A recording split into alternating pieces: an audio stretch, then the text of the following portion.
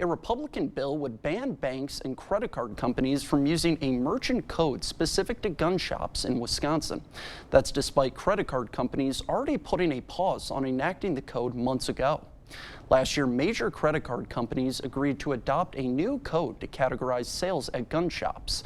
Merchant category codes categorize business based on types of goods or services they provide.